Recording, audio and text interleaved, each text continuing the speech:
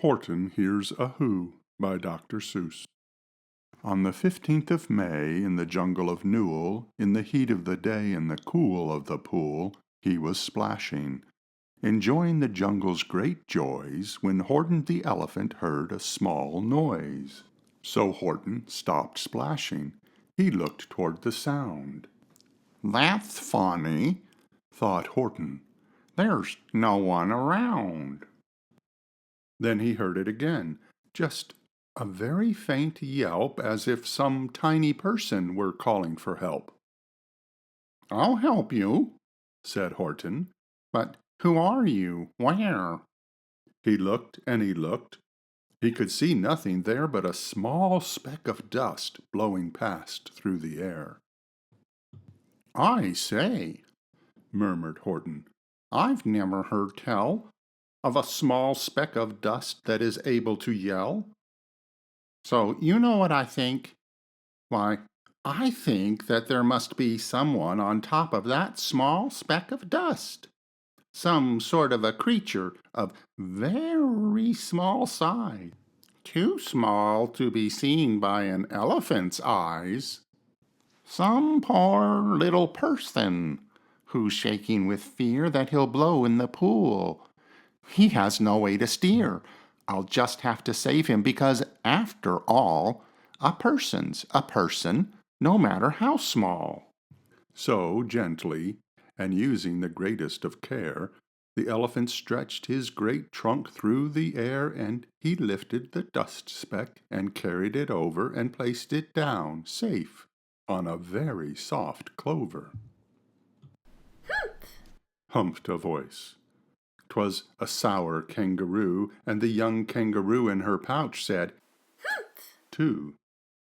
Why, that speck is as small as the head of a pin. A person on that? Why, there never has been. "Believe me," said Horton, "I tell you sincerely, my ears are quite keen, and I heard him quite clearly. I know there's a person down there, and what's more, quite likely there's two, even three, even four.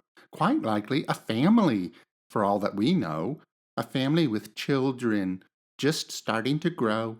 So please," Horton said, "as a favor to me, try not to disturb them. Just please let them be."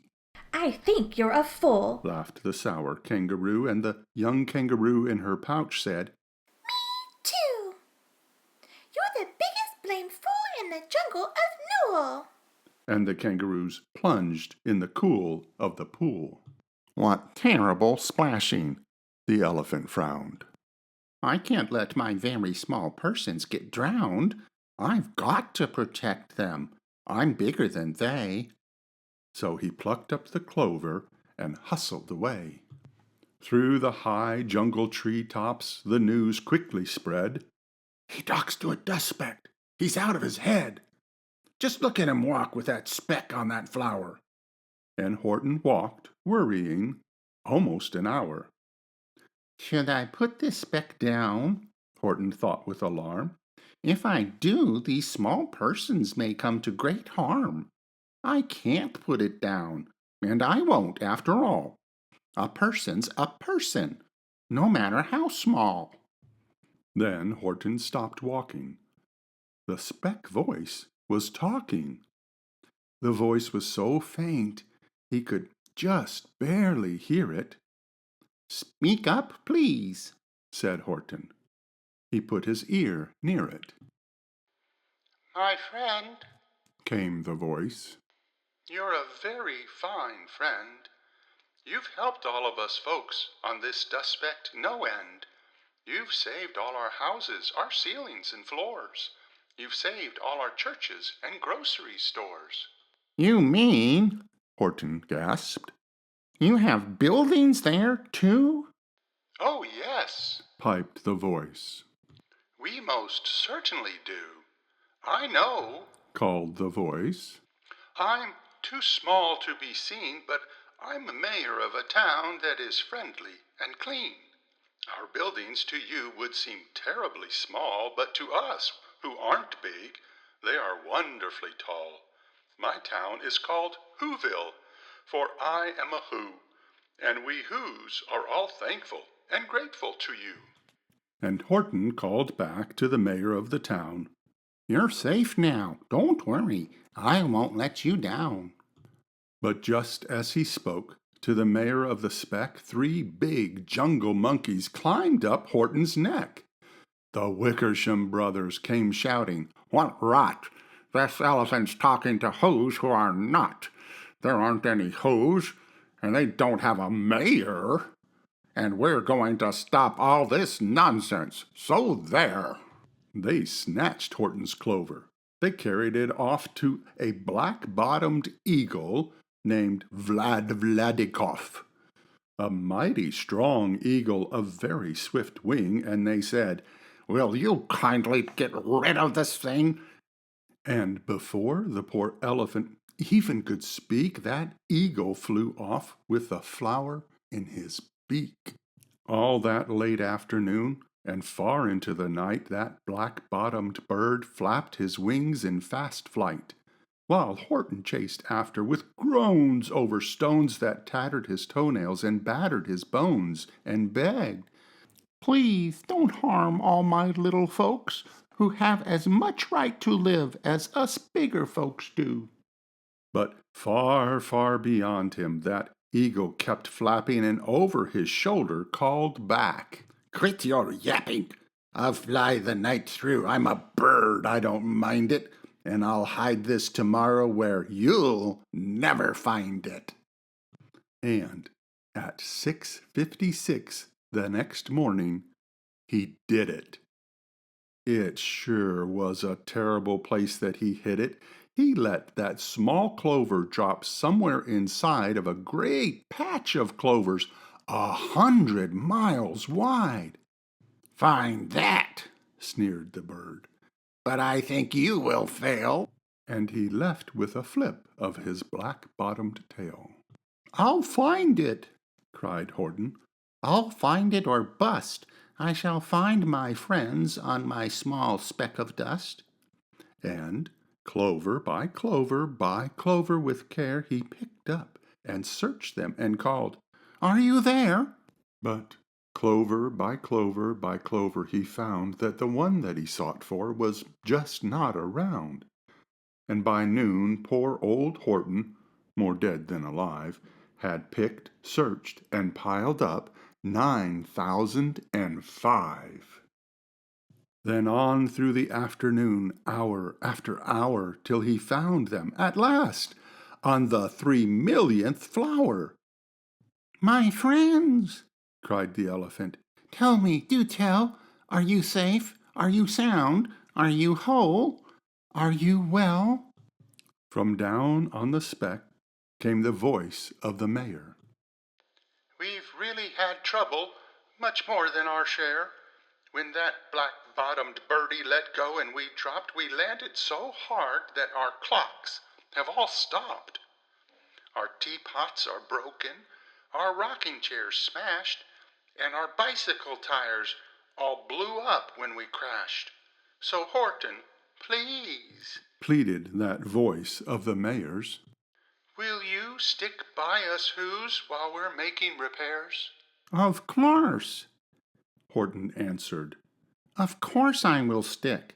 I'll stick by you small folks through thin and through thick." "Humph!" humphed a voice. "For almost 2 days you've run wild and insisted on chatting with persons who've never existed. Such carryings on in our peaceable jungle. We've had quite enough of your bellowing bungle. And I'm here to state," snapped the big kangaroo, "that your silly, nonsensical game is all through." And the young kangaroo in her pouch said, "Too!" With the help of the Wickersham brothers and dozens of Wickersham uncles and Wickersham cousins and Wickersham in-laws whose help I've engaged, you're going to be roped and you're going to be caged. And as for your dust speck, that we shall boil in a hot steaming kettle of bezel nut oil." "Boil it?" gasped Horton. "Oh, that you can't do. It's all full of persons. They'll prove it to you." "Mr. Mayor, Mr. Mayor," Horton called. Mr. Mayor, you've got to prove now that you really are there. So call a big meeting. Get everyone out. Make every who holler. Make every who shout.